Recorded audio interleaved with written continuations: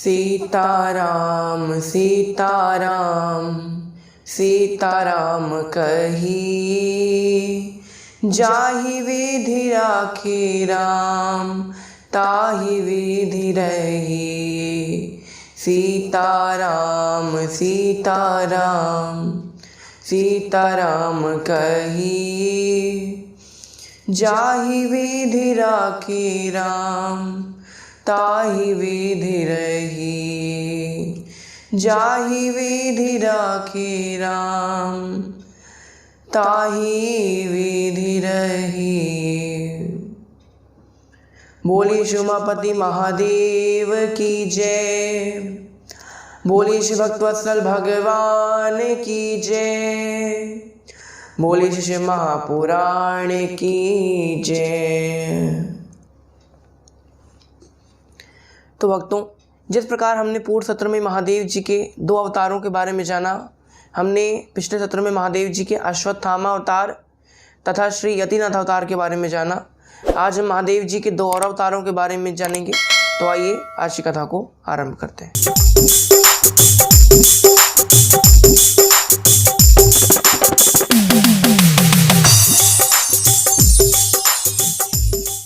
कल हमने महादेव जी के 16वें अवतार श्री यतिनाथ अवतार के बारे में जाना।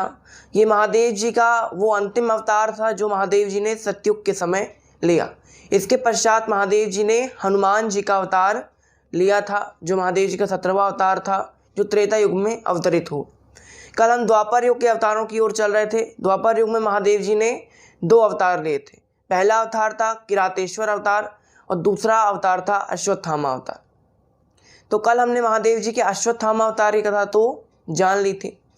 आज हम जानेंगे महादेव जी के किरातेश्वर अवतार के बारे में।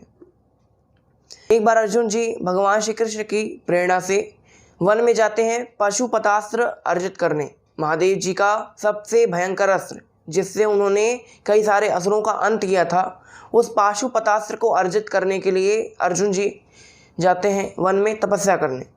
अब यहाँ पर पहले खूब तपस्या की, उससे प्रसन्न होकर इंद्र आए। इंद्र ने उनको आशीर्वाद दिया और कहा कि पुत्र, तुम महादेव जी खूब तपस्या करो, इससे प्रसन्न होकर महादेव जी तुमको पाशुपतास्त्र अवश्य प्रदान करेंगे। अब यहाँ महादेव जी की खूब तपस्या की अर्जुन जी ने। अर्जुन जी की तपस्या से प्रसन्न होकर महादेव जी उनको दर्शन देने की इच्छा बनाते हैं। माता कहती हैं कि अर्जुन इतनी देर से प्रतीक्षा कर रहा है, आपकी तपस्या कर रहा है, तो आपको जाना चाहिए। तब महादेव जी ने कहा ठीक है, लेकिन पहले परीक्षा, उसके बाद फल प्राप्त होगा। यहाँ महादेव जी एक किरात का वेश बनाकर, एक शिकारी का वेश बनाकर पहुँचते हैं। जब महादेव जी अर्जुन जी पर प्रसन्न हुए थे, तभी दुर्योधन ने ऐसी चाल चली, हस्तिनापुर में बैठे बैठे उसने अपने एक मित्र मूक नामक दैत्य को बुलाया और कहा कि मित्र, अर्जुन एक वन में जो है तपस्या कर रहा है, तो तुम जाओ और उसका अंत कर दो। तब जो मूक दैत्य था उसने कहा ठीक है। तब मूक दैत्य उस जंगल में पहुंचता है जहां अर्जुन जी तपस्या कर रहे थे। वहां वो एक सुअर का वेश बनाता है और अब वो अर्जुन जी पर प्रहार करने वाला है। अब यहाँ जैसे ही अर्जुन जी को ये पता चला कि कोई सुअर उनके सामने से, कोई व्यक्ति या कोई भी ऐसे जीव उनके सामने से बहुत तेजी से आ रहा है, तब अर्जुन जी की जो तपस्या से उनके नेत्र खुलते हैं और नेत्र खुलते तो क्या देखते हैं कि उनके सामने एक सुअर बहुत ही तेज गति से आ रहा है। तब अर्जुन जी अपने गांडीव धनुष को उठाते हैं, उस पर अपने तीर की प्रत्यंचा चढ़ाते हैं और प्रत्यंचा चढ़ाने के पश्चात उस सुअर पर हमला करते हैं। अपने तीर के, अपने बाण से उसको मारते हैं। यहाँ पर जैसे ही अर्जुन जी ने अपने बाण का प्रहार किया, वहीं कुछ ही दूर महादेव जी जो एक किरात का वेश बनाए हुए हैं, एक शिकारी का वेश बनाए हुए हैं, उन्होंने भी अपने बाण का प्रहार उस सुअर पर किया। अब यहाँ पर किया तो दोनों प्रहार, लेकिन आया एक ही बाण आया। अब यहाँ पर अर्जुन जी अपने बाण को लेने के लिए पहुँचते हैं। तभी महादेव जी अपने गण को भेजते हैं कि जाओ हमारा बाण लेकर आओ। जैसे ही अर्जुन जी उस सुअर के शरीर से अपना बाण निकालने जा रहे थे, तभी महादेव जी का एक गण वहाँ पर आता है और कहता है, अरे ये तुम क्या कर रहे हो, ये हमारे स्वामी का बाण है। पहली बात कि हमारे स्वामी ने तुमको बचाया उस सुअर से, और उसका धन्यवाद करने के बजाय उनका तीर तुम चुरा रहे हो। अर्जुन जी ने कहा कि मुझे किसी की ज़रूरत नहीं है, अपनी आत्मरक्षा में खुद कर सकता हूँ, और ये बाण मेरा है, ना कि तुम्हारे स्वामी का। अब यहाँ अर्जुन जी और गण के बीच में बहुत वार्तालाप होता है। अंत में अर्जुन जी कहते हैं, अच्छा अगर तुम्हारे स्वामी इतने ही शक्तिशाली हैं कि वो मुझे बचा सकते हैं, तो लाओ मैं उनसे युद्ध कर लेता हूँ। युद्ध में जो पराजित होगा मैं मान जाऊँगा। अगर मैं पराजित हुआ तो मैं मान जाऊँगा कि हाँ भाई तुम्हारे स्वामी श्रेष्ठ हैं, लेकिन अगर वो पराजित हुए तो फिर उन्हें दंड मिलेगा। ठीक है, यहाँ पर जो गण था वो जाता है स्वामी के पास और स्वामी सारा वृत्तांत सुना देता है कि ऐसा ऐसा अर्जुन जी ने कहा। तब यहाँ महादेव जी एक किरात का वेश बनाकर अब यहाँ पर आते हैं। अब किरात का वेश बनाया हुआ है महादेव जी ने और अर्जुन जी हैं सामने। अब दोनों लोगों के मध्य युद्ध हो रहा है। अब यहाँ पर महादेव जी ऐसा ऐसा चरित्र कर रहे हैं जिससे अर्जुन जी को ऐसा लग रहा है कि हाँ महादेव जी हार रहे हैं। महादेव जी चाहते तो अर्जुन जी को एक पल में, उनकी एक दृष्टि यहाँ से वहाँ अगर हुई तो प्रलय आ सकता है, लेकिन महादेव जी अपने भक्त की लाज रखने के लिए, अपने भक्त की भक्ति की लाज रखने के लिए, क्योंकि जब अर्जुन जी ने उस किरात रूपी महादेव जी पर, जब जानते नहीं थे, तो उस किरात पर जब हमला किया था तब महादेव जी का जयकारा लगाकर महादेव जी का ध्यान करके किया था। और कहा जाता है कि भगवान से बड़ा भगवान का नाम होता है। अगर भगवान का नाम आपके साथ है तो भगवान भी आपका कुछ नहीं बिगाड़ सकते। एक बार सुकंद नाम के एक राजा थे, उनको राम जी से भय हो गया, क्योंकि राम जी ने ये प्रतिज्ञा ली कि मैं सुकंद राजा को मार दूंगा। तब हनुमान जी ये प्रण लेते हैं कि मैं सुकंद की रक्षा करूंगा। तब हनुमान जी ने सोचा क्या किया जाए। तब हनुमान जी ने सुकंद को अपने पूंछ के पीछे रखा और राम नाम का एक कवच बना लिया था। उस राम नाम के कवच को राम जी भी नहीं भेद पाए थे। उस कथा को हम आगे बताएंगे, आपको विस्तार करेंगे बहुत। तो राम जी भी उस कवच को भेद नहीं पाए थे। क्यों? क्योंकि राम से बड़ा राम का नाम, जो सुन ले भव पार हो जाएगा। भगवान से बड़ा उनका नाम होता है। उसी प्रकार महादेव जी का जयकार लगाया था, उनका नाम लिया, इसलिए महादेव जी भी अपने नाम के आगे, अपनी स्तुति के आगे उनको भी माथा टेकना पड़ा। अंत में महादेव जी अपने असली रूप में आते हैं। अर्जुन जी को बहुत पश्चाताप होता है। महादेव जी सारा वृत्तांत बताते हैं कि मैंने तुम्हारी परीक्षा लेने के लिए ये सब काम किया था। इसके पश्चात महादेव जी उनको पाशुपत्यास्त्र देकर वहाँ से विदा लेते हैं।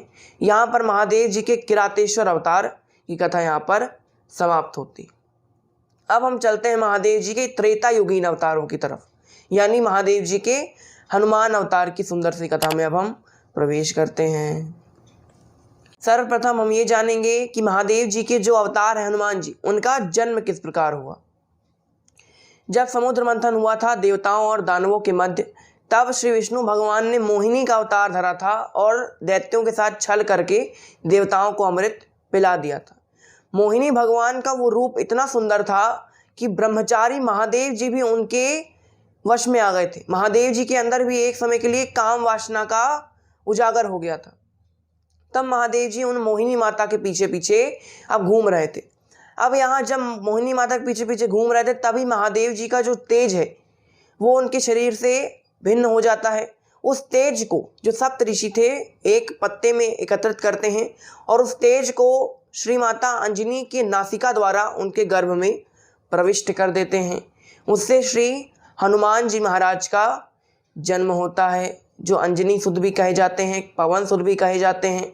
महादेव के अवतार हैं। 11वें रुद्र की उपमा दी गई हनुमान जी को। कोई साधारण अवतार नहीं है, ये महादेव जी का सबसे विख्यात अवतार, सबसे सुंदर, सबसे मनोरम अवतार माना जाता है।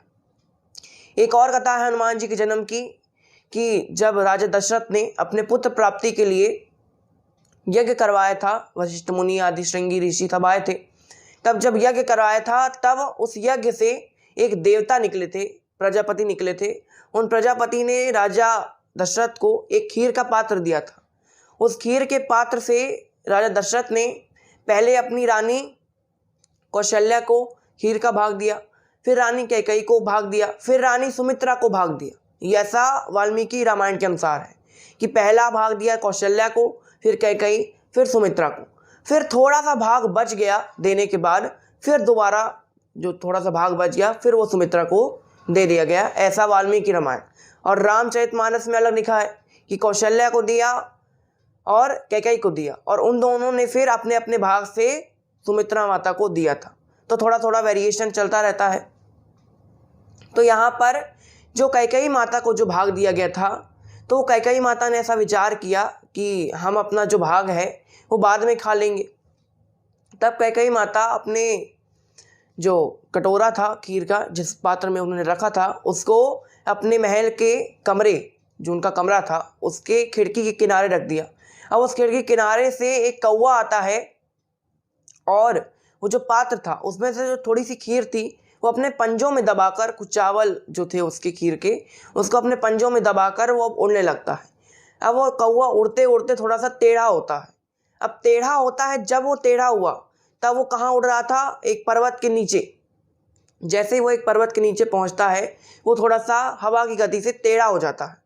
टेढ़ा होता है तो उसके हाथ से जो चावल का टुकड़ा था वो माता अंजनी के मुख में गिर जाता है। नीचे माता अंजनी तपस्या कर रही थी, भगवान किसी की तपस्या कर रही थी, तभी उनके मुख में वो अन्न का दाना प्रविष्ट होता है। यहाँ हनुमान जी का जन्म होता है।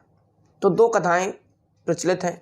अब हम चलते हैं हनुमान जी की बाल लीलाओं की ओर। बाल लीलाओं में हम जानते हैं महादेव जी के हनुमान अवतार का सबसे प्रचलित चरित्र।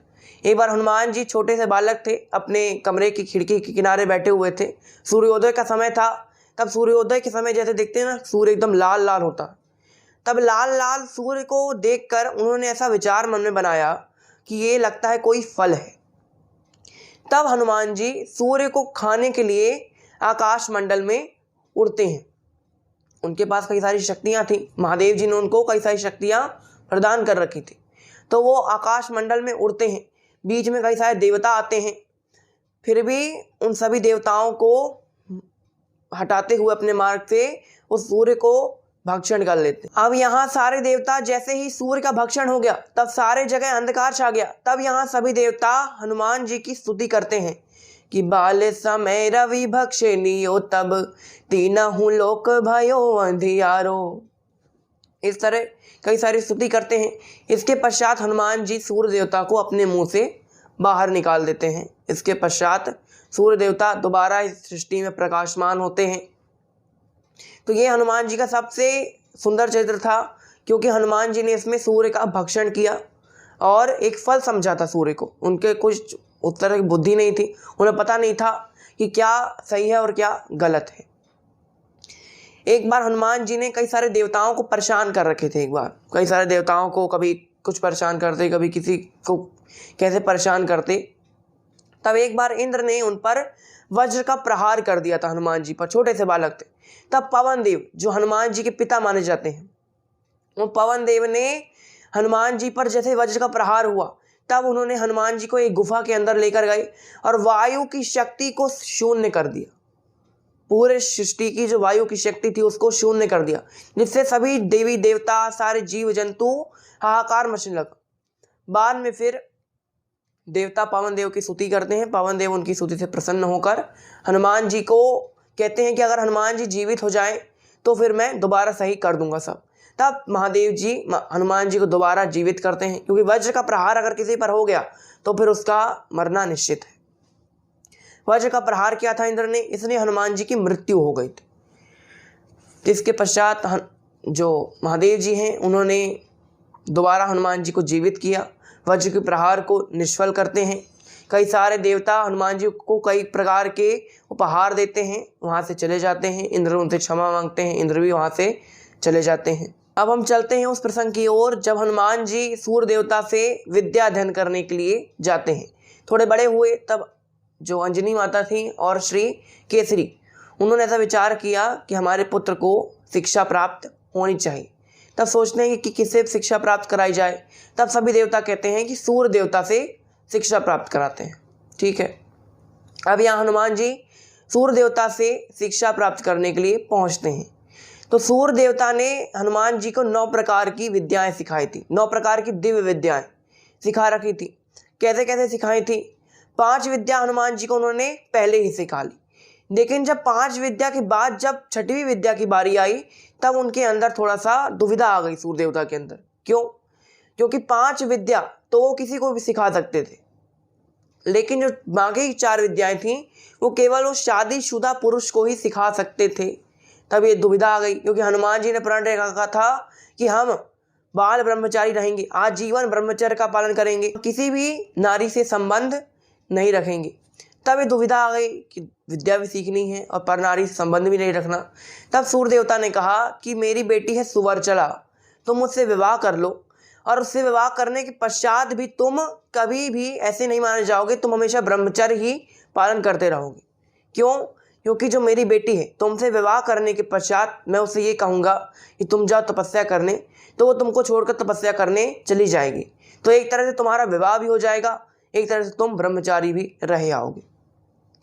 तब सूर्य देवता ने विवाह करा दिया सुवर्चला देवी के साथ हनुमान जी का, और विवाह के पश्चात हनुमान जी को बाकी की 4 विद्याएं भी सिखा दी। अब यहाँ जो हनुमान जी थे कई सारी जादुई विद्याएं सीख ली, उनके अंदर थोड़ा सा नटखटी भाव आ गए। जैसे बच्चों के अंदर होता है ना हल्का हल्का मजाक करने का, तो हर व्यक्ति से वो मजाक करना प्रारंभ किया। पहले तो अपने मित्रों के साथ मजाक करते तो ठीक था, अब कोई कोई मजाक जो है ना आपके लिए गलत साबित हो जाता है। कैसे? एक बार एक ऋषि थे जो खूब तपस्या किया करते थे, उसी समय की बात है। एक ऋषि थे, एक वट के वृक्ष के नीचे वो तपस्या कर रहे थे। हनुमान जी को ऐसा मन में विचार आया कि मैं इन ऋषि की थोड़ा सा हंसी मजाक करते हैं। हनुमान जी जिस पेड़ के नीचे थे, जिस चबूतरे के नीचे, उस चबूतरे को लाकर वो डायरेक्ट एक पानी में रख देते हैं। पूरे चबूतरे को उठाया और पानी में रख दिया। जैसे ऋषि की तपस्या खत्म हुई और जैसे ऋषि नीचे उतरने के लिए आते हैं, क्या देखते हैं कि जहाँ चबूतरा था वहाँ तो अब पानी ही पानी है। तब ऋषि हनुमान जी को श्राप देते हैं कि तुमको अपनी विद्याओं पर बहुत अहंकार है ना, तुमको अपने ये बल पर, ये छल पर, अपनी ये शक्तियों पर बहुत अहंकार है। मैं तुमको श्राप देता हूँ कि तुम अपनी सारी शक्तियों को भूल जाओ। जैसे ही ये श्राप दिया वैसे ही आकाशवाणी होती है कि ऋषि अपने श्राप को वापस ले लो, क्योंकि ये बहुत बड़ा अनर्थ है, इसकी शक्तियाँ आगे चल के काम आने वाली हैं। अगर आपने ऐसा श्राप दे दिया तो फिर भगवान श्री विष्णु जो अवतार लिया है उन्होंने, उनका कोई कार्य सिद्ध ही नहीं होगा। तब उन ऋषियों ने उनको श्राप मुक्त तो नहीं किया, एक श्राप का तोड़ बताया कि जब भी तुम्हारी शक्तियों को कोई तुम्हें याद दिलाएगा तो उनको उनकी शक्तियां वापस याद आ जाएंगी। जब हनुमान जी को श्री राम जी के लिए लंका जाना था माता सीता की खोज करने के लिए, तब जामवंत जी ने उनको उनकी शक्तियों को भान कराया था कि हनुमान तुम सबसे बड़े बलशाली हो, बहुत सारी शक्तियां तुम्हारे पास, तुम जाओ और पूरे एक बार में ही तुम समुद्र को लांघ सकते हो। सारी शक्तियों को याद दिलाया था। क्या कहते हैं कि अपने बल को कछु याद करो हनुमान महाबलधारी। इस तरह की बातें की जामवंत जी ने। तब हनुमान जी को अपना सारा बल याद आता है। बाद में हनुमान जी सीता माता की खोज करते हैं, बाद में सारे वानर पुल बनाते हैं, लंका पर विजय प्राप्त होती है। राम जी अब यहाँ पर वापस आ जाते हैं। हनुमान जी का एक और चरित्र है कि एक बार हनुमान जी ने, बाली को अपने शक्तियों पर बहुत घमंड था। बाली ने ब्रह्मा जी से वरदान प्राप्त कर लिया था कि मैं जिसके भी सामने युद्ध करने आऊं उसकी आधी शक्ति मेरे अंदर आ जाए। तब ऐसा जब वरदान प्राप्त कर लिया तब बाली को बहुत अहंकार आ गया था, और उसकी अहंकार की बढ़ोतरी कब हुई? जब उसने रावण को अपनी पूंछ में बांधकर, महाबलशाली त्रिलोक विजयी रावण को अपनी पूंछ में बांधकर 6 महीने तक पूरी पृथ्वी की परिक्रमा की थी। तब हनुमान जी ने उनके अहंकार को नष्ट करने के लिए ऐसा चरित्र किया कि हनुमान जी ने उनसे कहा कि बाली, आप इतना अहंकार किस बात का करते हैं? आप इतना क्रोध क्यों किया करते हैं? आप शांत रहिए, राम नाम का जाप कीजिए, क्योंकि वही भव सागर को पार लगाने वाला। बाली ने कहा कि मैं राजकुमार हूं और तुम जैसे नीच वानर, तुम मुझे शिक्षा दोगे? और ये कौन है राम? मैं राम वाम को नहीं मानता, और किसी के मुंह से मैंने ये नाम कभी नहीं सुना, दिन भर राम नाम करते रहते हो। हनुमान जी अपनी निंदा तो सह गए, लेकिन राम जी की निंदा सही नहीं गई। तब हनुमान जी ने कहा, अच्छा आपको अपनी शक्तियों का बड़ा बल है ना, बड़ा घमंड है, तो कल हम आपसे युद्ध करेंगे। बाली ने कहा ठीक है, युद्ध कर लेंगे। अब ब्रह्मा जी को थोड़ा सा अटपटा लगा, ब्रह्मा जी को थोड़ी सी चिंता हुई, क्योंकि एक तरह से बाली उनके वंश के हिस्से हैं, क्योंकि बाली जो है वो सूर्य के पुत्र हैं और जो सुग्रीव हैं वो इंद्र के पुत्र हैं। इसलिए ब्रह्मा जी को अपने वंश वालों के प्रति थोड़ी सी चिंता हुई। तब ब्रह्मा जी ने हनुमान जी से कहा कि हनुमान, तुम उससे युद्ध मत करना क्योंकि मैं जानता हूँ वो तो मूढ़ है, लेकिन मैं जानता हूँ कि अगर तुमने उससे युद्ध किया तो उसकी मृत्यु निश्चित है, लेकिन उसकी मृत्यु मेरे हिसाब से राम जी के हाथों लिखी है, इसलिए तुम कृपा करके उससे युद्ध मत करना, केवल उसके सामने खड़े हो जाना। उसके सामने खड़े होते ही ऐसा चरित्र होगा कि वो खुद तुम्हारे सामने से भाग जाए। सुबह होती है, बाली हनुमान जी के सामने आते हैं, युद्ध होने वाला है। अब जैसा कि वरदान था बाली को कि जो युद्ध के लिए उसके सामने आएगा उसकी आधी शक्ति उसके अंदर चली आएगी। अब यहाँ हनुमान जी की आधी शक्ति जैसे ही बाली के अंदर प्रविष्ट होती है, बाली का शरीर इतना शक्ति से इतना फूल जाता है कि उस शक्ति उसके अंदर समा ही नहीं रही। उस शक्ति से उसका शरीर जलने लगता है, उसका शरीर फटने वाला था। तब ब्रह्मा जी वहाँ पर प्रकट होते हैं और ब्रह्मा जी कहते हैं, बाली यहाँ से कई दूर भाग जाओ, वरना हनुमान जी आज तुम्हारा तो अंत कर ही देंगे। तब बाली वहाँ से भाग जाता है और बाली के अहंकार का नाश होता है। ये थे हनुमान जी के कई सारे चरित्र। तो आइए आज की कथा हम यहीं विराम देते हैं। आज हमने हनुमान जी के कई सारे चरित्रों के बारे में जाना। इन सारे चरित्र जो हमने एकदम छोटे सुनाए हैं, आगे चल के हम उसका विस्तार करेंगे। कई सारी कथाएं हैं, उनका विस्तार करेंगे। यहाँ हमने महादेव जी के 19 महाअवतारों की कथा समाप्त हो गई। अब 19 महाअवतारों की कथा समाप्त हुई, लेकिन सावन का महीना अभी भी जारी है। तो अब हम महादेव जी के 12 ज्योतिर्लिंग, जो महादेव जी के 12 प्रतिष्ठित लिंग हैं, उनकी कथाएं हम कल से श्रवण करेंगे। तो आज की कथा को हम यहीं विराम देते हैं। आज के लिए बस इतना ही। आपका बहुत बहुत धन्यवाद। घर पर रहिए, सुरक्षित रहिए, मुस्कुराते रहिए। ओम नमः शिवाय।